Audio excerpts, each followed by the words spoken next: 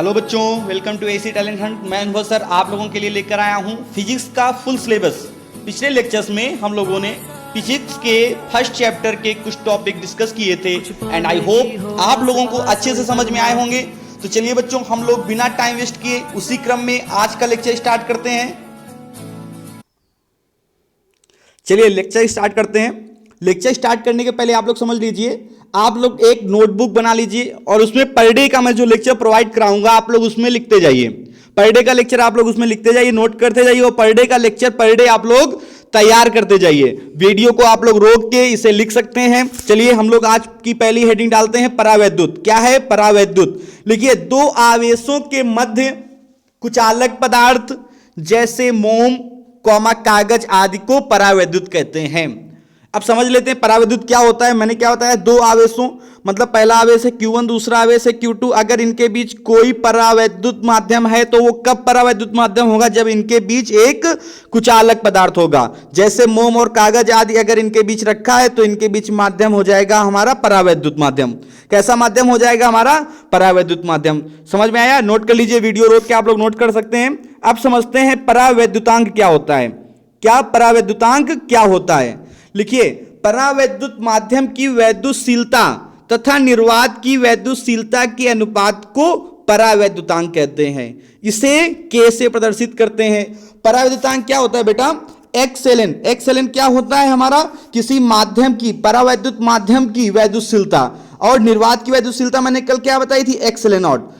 किसी परावैद्युत माध्यम की वैद्युतशीलता और निर्वात की वैद्युतशीलता के अनुपात को हम क्या कहते हैं? परावैद्युतांक कहते हैं। इसे हम K से प्रदर्शित करते हैं। लिख लीजिए बेटा, किसी परावैद्युत माध्यम की वैद्युतशीलता तथा निर्वात की वैद्युतशीलता के अनुपात को परावैद्युतांक कहते हैं। इसे हम K से प्रदर्शित करते हैं।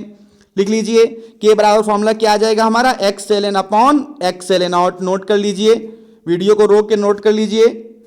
चलिए नोट करिए, नोट करिए। चलिए अब नेक्स्ट हेडिंग डालिए, वैद्युत क्षेत्र। क्या हेडिंग? वैद्युत क्षेत्र, इलेक्ट्रिक फील्ड। हमारे चैप्टर का नाम क्या था? पहले चैप्टर का नाम था वैद्युत आवेश तथा वैद्युत क्षेत्र। वैद्युत आवेश आप लोगों ने अच्छे से समझ लिया। अब समझते हैं वैद्युत क्षेत्र क्या होता है, इलेक्ट्रिक फील्ड क्या होती है।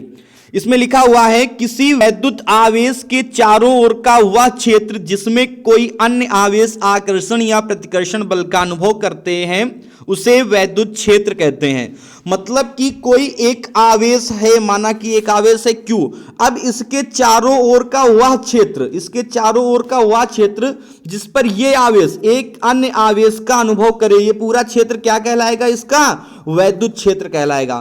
कहने का मतलब है किसी एक आवेश Q के चारों ओर का वह क्षेत्र जिस पर यह एक अन्य आवेश का अनुभव करे वैद्युत क्षेत्र कहलाता है। क्या कहलाता है? वैद्युत क्षेत्र कहलाता है। नोट कर लीजिए वैद्युत क्षेत्र की परिभाषा, किसी वैद्युत आवेश के चारों ओर का वह क्षेत्र जिसमें कोई अन्य आवेश आकर्षण या प्रतिकर्षण बल का अनुभव करे उसे वैद्युत क्षेत्र कहते हैं।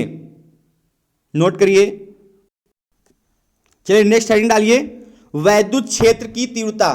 क्या हेडिंग है? वैद्युत क्षेत्र की तीव्रता। समझ लेते हैं वैद्युत क्षेत्र की तीव्रता क्या होती है। वैद्युत क्षेत्र में किसी बिंदु पर रखे परीक्षण आवेश पर लगने वाले बल तथा परीक्षण आवेश के अनुपात को उस क्षेत्र की तीव्रता कहते हैं। इसे E से प्रदर्शित करते हैं। क्या बताया वैद्युत क्षेत्र की तीव्रता में? किसी बिंदु आवेश, किसी वैद्युत क्षेत्र में किसी बिंदु आवेश पर रखे परीक्षण आवेश, परीक्षण आवेश मैंने मान लिया Q0। परीक्षण आवेश Q0 पर लगने वाले बल, मतलब इस पे बल कौन सा लग रहा है? माना बल लग रहा है F।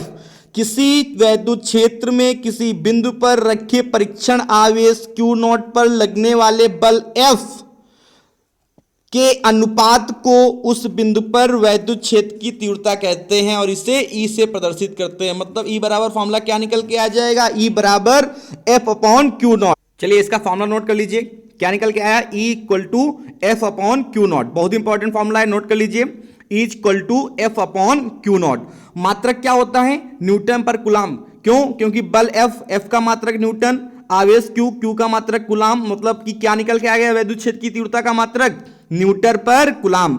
विमा देख लीजिए, विमा क्या होती है, एम एल टी की पावर -3 ए की पावर -1। विमा कैसे निकल के आई, मैंने कल क्या बताया था, बल एफ की विमा क्या होती है, एम एल टी -2 क्या होती है, M L T -2, Q not मतलब ए टी, क्यू नॉट मतलब ए टी। अब ये ऊपर जाएगा, क्या हो जाएगा, एम ऊपर रहेगा, एल टी की पावर -2, ये टी जाएगा, इसकी पावर -1, तो टी की पावर क्या हो जाएगी, -3। ए ऊपर जाएगा तो क्या हो जाएगा, ए की पावर -1। नोट कर लीजिए, विमा क्या निकल के आ जाएगी, विमा आ जाएगी एम एल टी पावर -3 ए की पावर -1। चलिए नोट कर लीजिए, वीडियो को रोक के पूरी परिभाषा, वैद्युत क्षेत्र की तीव्रता की परिभाषा, इसका फॉर्मूला और इसका मात्रक तथा इसकी विमा नोट करिए। चलिए नोट करिए। नेक्स्ट हेडिंग डालिए बच्चों, किसी वैद्युत आवेश के कारण वैद्युत क्षेत्र की तीव्रता। हेडिंग क्या है, किसी वैद्युत आवेश के कारण वैद्युत क्षेत्र की तीव्रता। इसमें एक डायग्राम बनेगा, देखिए स्क्रीन पर आप लोगों के डायग्राम दिया हुआ है, ये डायग्राम नोट कर लीजिए। एक बिंदु O है, O पर एक आवेश Q रखा है, O से R दूरी पर एक बिंदु P है जिस पर एक परीक्षण आवेश Q नॉट रखा है। अब इसके कारण जो बल लग रहा है दोनों धनात्मक हैं, दोनों धनात्मक हैं, मतलब बल लगेगा प्रतिकर्षण, एक दूसरे को क्या करेंगे, प्रतिकर्षित करेंगे। इनके बीच लगने वाला बल प्रतिकर्षण बल, इनके बीच दूरी है R। अब इसमें वैद्युत क्षेत्र की तीव्रता आप लोगों को E का मान निकालना है। चलिए इसकी हिंदी जो है वो लिख लीजिए, लिखिए, माना कि बिंदु O पर कोई आवेश प्लस Q रखा है जिससे R दूरी पर एक बिंदु P है, P पर परीक्षण आवेश Q नॉट की वैद्युत क्षेत्र की तीव्रता का मान ज्ञात करना है तथा माध्यम का परावैद्युतांक कैपिटल K है। चलिए नोट हो गया। अब देखते हैं इसमें करना क्या है। कूलाम का नियम आप लोगों को मैंने बताया था कल पिछले लेक्चर में। कूलाम का नियम क्या था, F इक्वल टू 1/4πε0 के Q1 Q2 upon R square. क्या था, Q1 Q2 upon R square. यहाँ पे Q1 का मान क्या है Q, Q2 का मान क्या है Q नॉट। तो यहाँ पे Q1 की जगह क्या लिख दिया हमने Q, Q2 की जगह क्या लिख दिया Q नॉट। देखिए Q1 की जगह Q और Q2 की जगह Q नॉट। तो हमारा कूलाम का नियम क्या आ गया, यहाँ से कूलाम का नियम हमारा आ गया, बल F equal to 1/4πε0 Q not upon R square. क्या आ गया, F equal to 1/4πε0 Q not upon R square, जहां पे K क्या है, एक परावैद्युतांक है, जहां K क्या है, परावैद्युतांक है।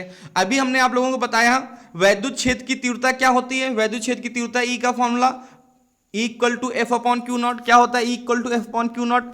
F का मान आप लोगों ने क्या निकाला है, 1/4πε0 Q not upon R square. F की जगह हम लोग मान रख देंगे Q नॉट अपॉन 4πε0 के R स्क्वायर। अब देखिए Q नॉट ये पहले से ही था, इस Q नॉट से ये Q नॉट कट जाएगा, इस Q नॉट से Q नॉट कट जाएगा। बल F का मान हमने यहाँ पे रखा है, देखिए बल F का मान हम लोगों ने रखा है, यहाँ पे बल F का मान रखा है, तो क्या हो गया हमारा Q नॉट अपॉन 4πε0 के R स्क्वायर और Q नॉट, ये वाला Q नॉट। अब इस Q नॉट से ये Q नॉट हमारा कैंसिल हो जाएगा, एक Q नॉट कैंसिल हो जाएगा, तो E बराबर हमारा क्या आ जाएगा, E बराबर हमारा निकल के आ जाएगा Q अपॉन 4πε0 के R स्क्वायर। अब K इक्वल टू अगर हम 1 रख देंगे, K इक्वल टू 1 रख देंगे, K इक्वल टू 1 रखने पर हमारा क्या मान आ जाएगा, 1/4πε0 Q अपॉन R स्क्वायर। क्या आ जाएगा, 1/4πε0 Q upon R square. Note कर लीजिए, E इक्वल टू क्या आ गया, 1/4πε0 Q अपॉन R स्क्वायर। मात्रक क्या होता है वैद्युत क्षेत्र की तीव्रता का, न्यूटन पर कूलाम। क्यों होता है, क्योंकि E इक्वल टू होता है F अपॉन Q, F का मात्रक Newton, C F upon Q, Q का मात्रक कूलाम, Q का मात्रक कूलाम, तो क्या हो गया, न्यूटन पर कूलाम। नोट कर लीजिए, बहुत ही इंपॉर्टेंट है ये। लिखिए, किसी बिंदु आवेश के कारण वैद्युत क्षेत्र की तीव्रता का मान क्या निकल के आया, E equal to 1/4πε0 Q upon R square. समझिए इसको और अच्छे से नोट कर लीजिए, नोट करिए, वीडियो को रोक के नोट कर लीजिए। नेक्स्ट हेडिंग डालिए बच्चों, वैद्युत द्विध्रुव।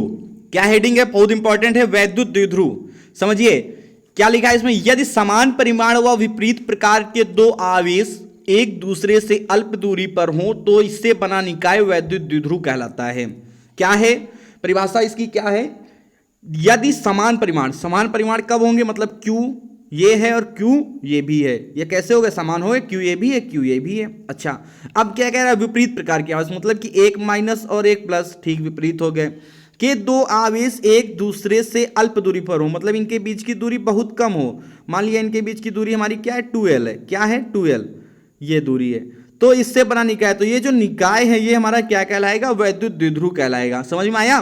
क्या कह रहा है, यदि दो समान परिमाण का मतलब ये एक ये भी क्यू एक ये भी क्यू, दोनों एक दूसरे के विपरीत 1 - 1 प्लस, इनके बीच की दूरी बहुत कम हो, मतलब अल्प दूरी, मान लिया 2l है, तो इससे बना निकाय वैद्युत द्विध्रुव कहलाता है। लिख लीजिए, समझ में आ गया होगा आई होप। लिखिए इसको। नेक्स्ट हेडिंग डालिए बच्चों, बहुत इंपॉर्टेंट है, वैद्युत द्विध्रुव आघूर्ण। क्या हेडिंग, वैद्युत द्विध्रुव आघूर्ण। समझते हैं क्या होता है वैद्युत द्विध्रुव आघूर्ण। इसमें लिखा हुआ है, वैद्युत द्विध्रुव के एक आवेश एवं उनके बीच की अल्प दूरी 2l के गुणनफल को वैद्युत द्विध्रुव आघूर्ण कहते हैं। इसे P से प्रदर्शित करते हैं। चलिए, क्या बताया उसने, वैद्युत द्विध्रुव के एक आवेश। इसके पहले मैंने अभी आप लोगों को समझाया था वैद्युत द्विध्रुव क्या होता है। क्या होता है वैद्युत द्विध्रुव, किन्हीं दो समान परिमाण, देखिए समान परिमाण व विपरीत प्रकार के आवेश 1 - 1 प्लस, ठीक है, के बीच की दूरी अल्प हो, बीच की दूरी क्या होगी, अल्प 2l मान लिया। अब वैद्युत द्विध्रुव आघूर्ण क्या कह रहा है, वैद्युत द्विध्रुव आघूर्ण कह रहा है कि वैद्युत द्विध्रुव के एक आवेश, क्या कह रहा है, वैद्युत द्विध्रुव के एक आवेश, वैद्युत द्विध्रुव का एक आवेश मैंने ले लिया क्यों। अब क्या कह रहा है, उनके बीच की अल्प दूरी 2l के गुणनफल, बीच की दूरी क्या है 2l, इसके गुणनफल गुणा कर दिया 2l के गुणनफल को वैद्युत द्विध्रुव आघूर्ण कहते हैं। इसे P से प्रदर्शित करते हैं, तो हमने भी P से प्रदर्शित कर दिया। तो P बराबर क्या हो गया, Q इंटू 2l, क्या हो गया, Q इंटू 2l। अब इसको एक साथ लिख लेते हैं, तो हमारा P इक्वल टू क्या हो जाएगा, P इक्वल टू हमारा हो जाएगा 2QL, क्या हो जाएगा, P equal to 2QL। Note कर लीजिए, नोट करिए फॉर्मूला, ये क्या निकल के आया, P इक्वल टू 2QL। अब इसका मात्रक देख लेते हैं। Q का मात्रक, आवेश का मात्रक कुलाम, L मतलब दूरी, दूरी का मात्रक मीटर, तो मात्रक क्या हो गया इसका, कुलाम मीटर। क्या हो गया मात्रक, कुलाम मीटर। अब विमा देख लेते हैं। Q की विमा मैंने क्या बताई थी, 80, Q की विमा क्या बताई थी 80, दूरी L की विमा क्या होती है L। अब इसको एक साथ लिखेंगे तो क्या हो जाएगा, LTA, क्या हो जाएगा, LTA। विमा नोट कर लीजिए, विमा क्या आ गई, LTA। इसका मात्रक क्या आ गया, कुलाम मीटर, और इसका जो फॉर्मूला है क्या आ गया, P equal to 2QL। Note कर लीजिए, बहुत इंपॉर्टेंट है, सारा कुछ नोट करिए और समझ में आ गया होगा आप लोगों को। हमारे साथ ही इसको याद कर लीजिए आप लोग। याद करने के लिए बाद में ना रखना कि हम लोग इसके बाद में याद करेंगे। जैसे जैसे आप लोग वीडियो देख रहे हैं तुरंत का तुरंत आप लोग इसे तैयार करते जाइए और इसे एक अपनी नोटबुक में नोट करते रहिए। चलिए फिर से एक बार देख लीजिए, वैद्युत द्विध्रुव के एक आवेश एवं उनके बीच की अल्प दूरी 2l के गुणनफल को वैद्युत द्विध्रुव आघूर्ण कहते हैं। इसे हम P से प्रदर्शित करते हैं। P इक्वल टू फॉर्मूला क्या निकल के आया, 2QL, क्या निकल के आया, 2QL, मात्रक कुलाम मीटर, विमा क्या आ गई, LTA। नोट कर लीजिए। आज हम लोगों ने फिजिक्स के फर्स्ट चैप्टर के पार्ट 2 लेक्चर में आगे के कुछ टॉपिक जैसे परावैद्युत, परावैद्युतांक, वैद्युत क्षेत्र की तीव्रता, किसी बिंदु के कारण वैद्युत क्षेत्र की तीव्रता का फार्मूला, वैद्युत द्विध्रुव आघूर्ण जैसे कई इंपॉर्टेंट टॉपिक को समझा है। आई होप आप लोगों को अच्छे से समझ में आए होंगे। तो चलिए अब हम लोग मिलते हैं नेक्स्ट वीडियो में, तब तक के लिए जय हिंद।